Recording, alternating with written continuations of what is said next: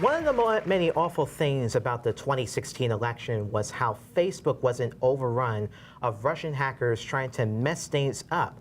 Facebook CEO Mark Zuckerberg sat down exclusively with ABC's George Stephanopoulos for an exclusive interview. Could history repeat itself?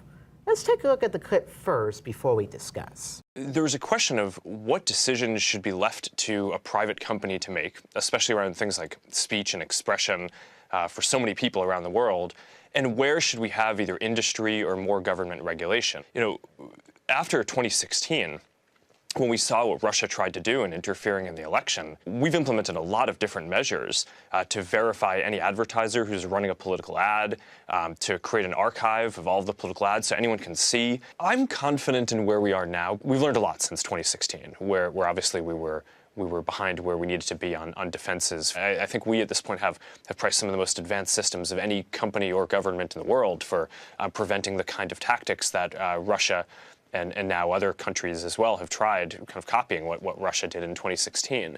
But the reality is that there's not like a single thing that we can do and say, all right, we put this in place so now they can't even try to interfere. They're always going to try. So you can't guarantee it's not going to happen again.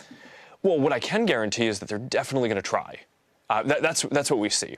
So our job is to make the defenses stronger and stronger and to build the right partnerships with other folks in the industry and in the intelligence community and help keep this safe. Could history repeat itself, or son? What do you think? I just think that it's like very interesting and like very weird to see that like all like everyone information that uses like Facebook is like popping up in places it shouldn't be. Like that's really scary. Like I wouldn't want, like I use Facebook and I'm pretty sure you use Facebook. We all use Facebook. Right. And then like, you know, like you just gotta be careful about like having your information up there because it's gonna be in certain places that you don't want it to be in. Yeah. And it's just like it's not good.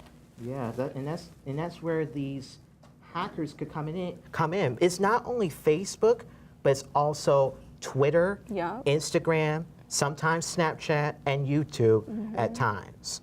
You have to be aware of who is hacking into your system and why is this information there when you didn't post it up in the first place? Or is someone trying to pretend to be you or someone else, or whatever the case is. That's the thing we really need to be aware of and be mindful of. Absolutely. Right? Because these things can happen at any moment, at any circumstance, you know?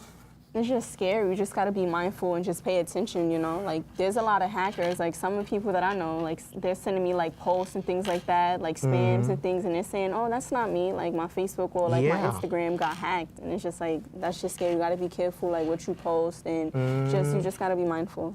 Yeah, and also be careful of who is following you, because who knows if that person that's following you could get into your system, and which may be very rare.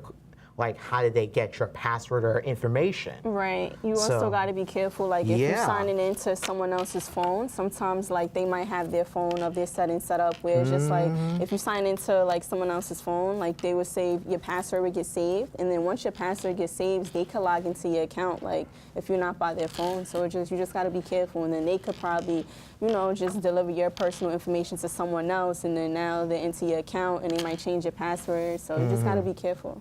Yeah, I just hope it won't happen within our elections, because we don't want a repeat of 2016 when Russia was trying to interfere in our elections. Yeah, I hope it doesn't happen for 2020. That's my main concern here. Like, because I don't want to have the current guy that's running our country now for another 4 years. I don't want to have him for another 4 years. I'd rather have someone who will run the country for us by just listening to our voices. Yes. Our voice matters in America and in our system here. Yes, that is so true. You know,